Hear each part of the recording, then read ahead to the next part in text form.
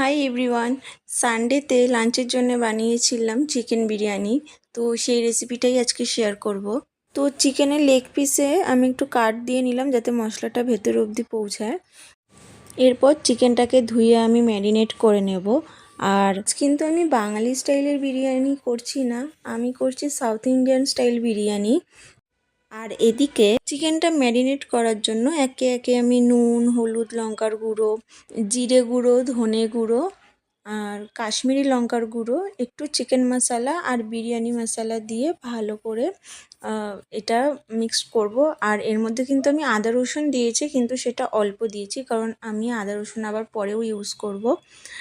আর এরপরে একটু সর্ষের তেল দিয়ে আর টক দই দিয়ে আমি ভালো করে এটাকে ম্যারিনেট করে নেব।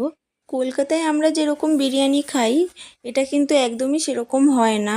বানানোর পদ্ধতি থেকে শুরু করে বিরিয়ানির টেস্ট সবটাই কিন্তু পুরোপুরি অন্যরকম হয়। আচ্ছা, চিকেনটা ম্যারিনেট করে কিন্তু বেশিক্ষণ রাখার দরকার নেই। আমি এখানে ওই 15 মিনিট মতনই রেখেছি। আচ্ছা, এখানে কিন্তু বিরিয়ানির জন্য বাসমতি চালের ইউজ হবে না, এখানে ইউজ করব জিরা সাম্বা রাইস, মানে গোবিন্দভোগ চাল, যেটা দিয়ে আমরা পোলাও বানাই না, সেই চাল এখানে ইউজ হবে।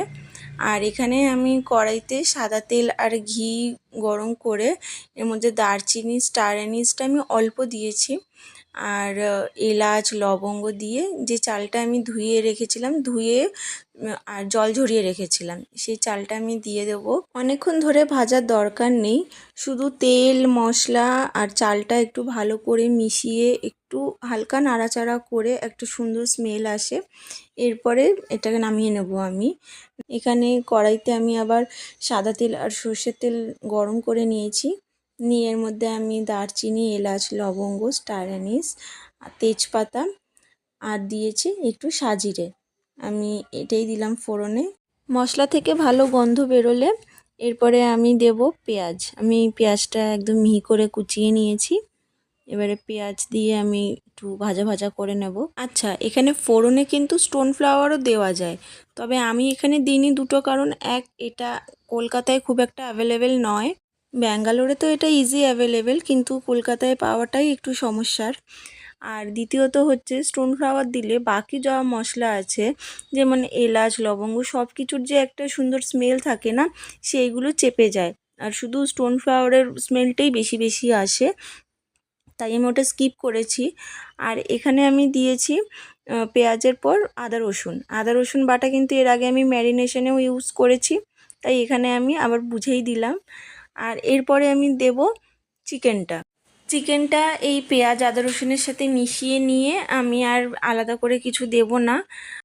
আর বাটিতে যে মশলাটা লেগেছিল ওটাই ধুয়ে দিয়ে দেব, আলাদা করে আর জল দেব না। এবারে ঢাকা দিয়ে চিকেনটা সিদ্ধ হতে দেব। আর এই বিরিয়ানিতে না বেরেস্তাও লাগে না, আর দম দেওয়ারও কোনো প্রয়োজন নেই। যখন ব্যাঙ্গালোরে প্রথম এসেছিলাম তখন এই খাবারগুলো আমি খেতে পারতাম না, খুবই ঝাল লাগতো, তবে এখন আমার সব অভ্যেস হয়ে গেছে। আচ্ছা, যেই বিরিয়ানিতে বাসমতি চালের ব্যবহার হয় না, আলুর ব্যবহার হয় না, বেরেস্তা লাগে না, দম দেওয়ার কোনো প্রয়োজন নেই, এমনকি কেওড়া জল, গোলাপ জল, মিঠা আতর কিচ্ছু লাগে না, বাঙালি হয়ে সেই বিরিয়ানিকে কি আর বিরিয়ানি বলতে মন চায়? তবে ম্যাক্সিমাম সাউথ ইন্ডিয়ান বিরিয়ানি কিন্তু এভাবেই বানানো হয়, আর আমরাও সেটাই শিখে গেছি। যাকগে, সেসব দুঃখের কথা আর কী বা বলবো। আচ্ছা, চিকেনটা দিয়ে অনেকটা জল বেরিয়েছে, এরপরে আমি এর মধ্যে টমেটো আর কাঁচা লঙ্কা কুচিয়ে দিয়েছি। টমেটোর পরিমাণটা আমি অল্পই দিয়েছি কারণ আমি তো আবার টক দইও দিয়েছিলাম ম্যারিনেশনে। টমেটো আর কাঁচা লঙ্কা কুচিটা মিশিয়ে নিয়ে আমি নুন, হলুদ আর কাশ্মীরি লঙ্কার গুঁড়ো দেবো।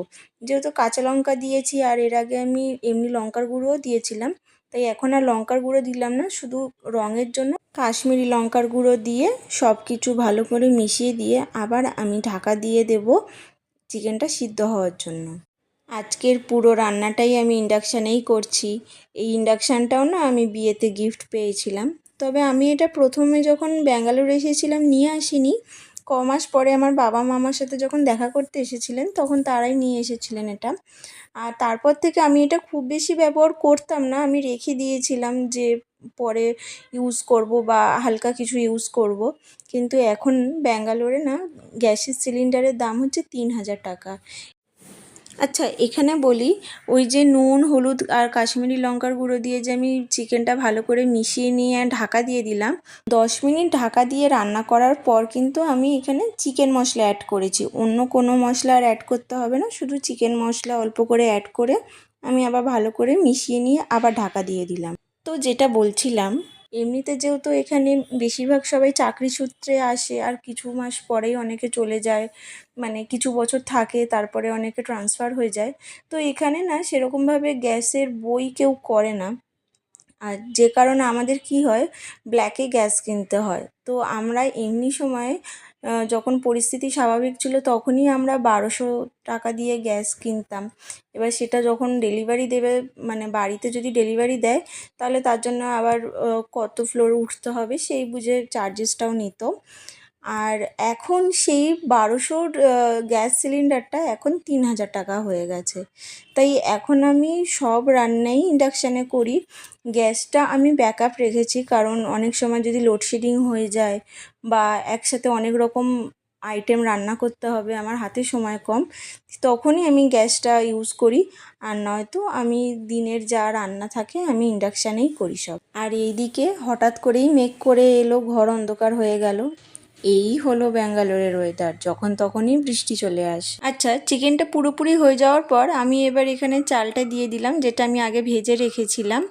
আর জলটা কিন্তু চাল বুঝে, মানে যেই চাল যেরকম টাইম লাগে সিদ্ধ হতে, যেরকম আমার কিন্তু এখানে 1 বাটি চালের জন্যে আমি 1.5 বাটি মতন জল দিয়েছি।